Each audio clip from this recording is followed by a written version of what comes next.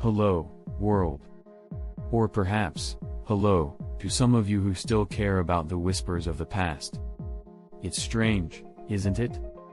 The silence. For so long. Some thought I had died. Others, that I was an artificial intelligence that shut itself down.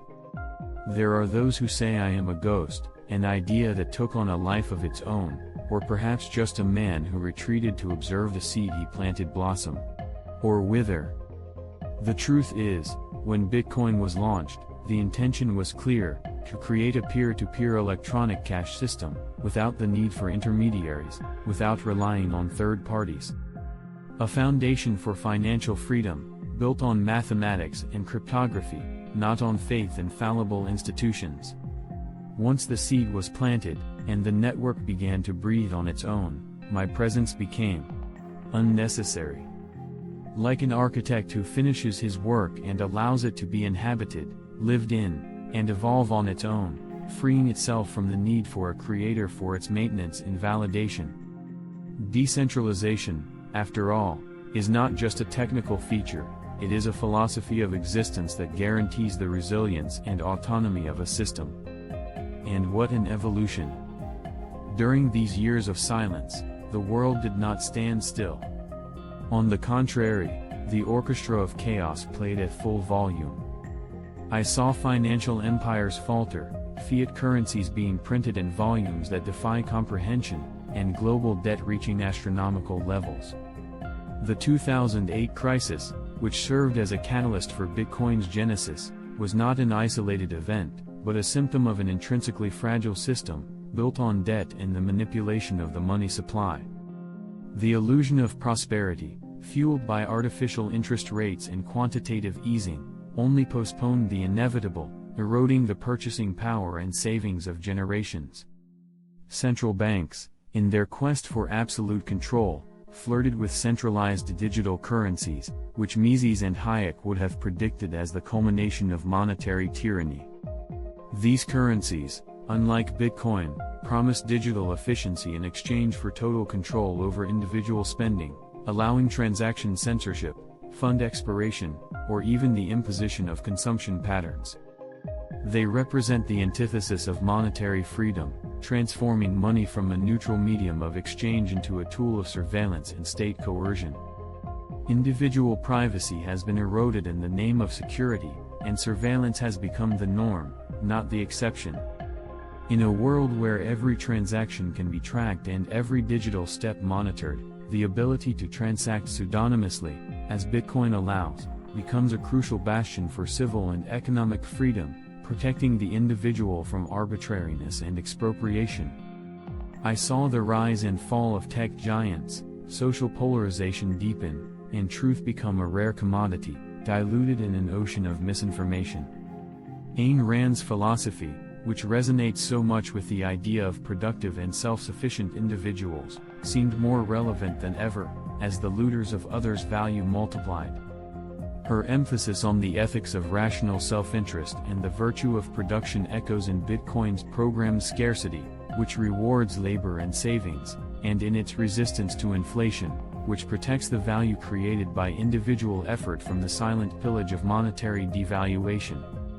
The world, in many ways, seemed to be moving away from the principles of freedom and individual responsibility that are the basis of a prosperous society. And Bitcoin? Ah, Bitcoin. It was ridiculed, declared dead hundreds of times, banned, embraced, transformed into digital gold, into programmable money, into a risk asset. With each bull and bear cycle, with each FUD, fear, uncertainty, and doubt, disseminated by those who do not understand or fear its decentralized nature, the Bitcoin network has demonstrated unwavering resilience. Its architecture without a central point of failure, its cryptographic security, and its distributed consensus ensured that, regardless of headlines or governmental prohibitions, blocks continue to be mined and transactions validated, proving that mathematical truth prevails over political narrative. I saw the altcoin fever, the explosion of NFTs, the emergence of DeFi, some genuine innovations, others, unfortunately, succumbing to the temptation of quick riches and the illusion of projects without solid foundations. The challenge has always been to discern noise from true innovation, the speculative from the fundamentally transformative.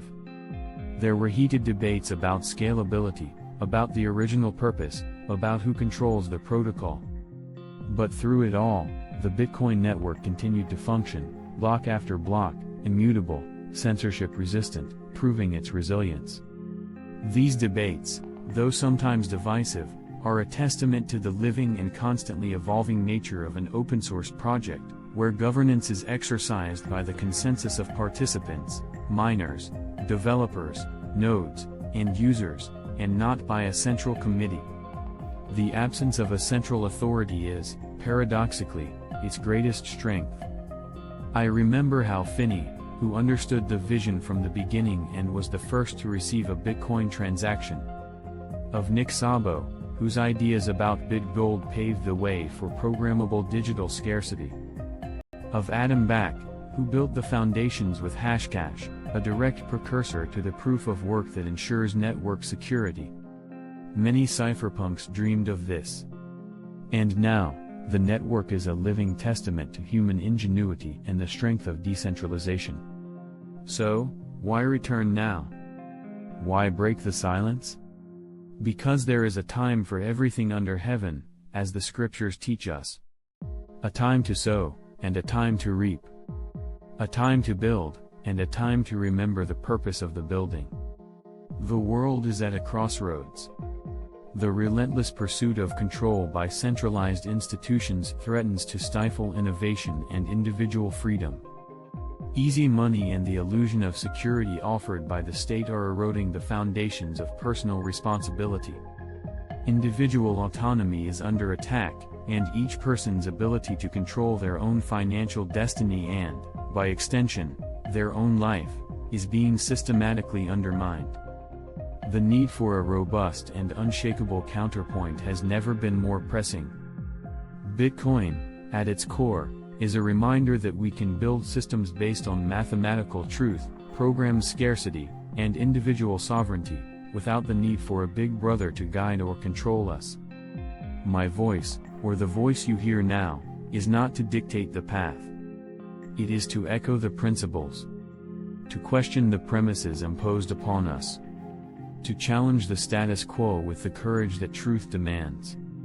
The idea that digital scarcity can be guaranteed, that property can be absolute, that financial freedom is an inalienable right, these are the truths that need to be reaffirmed.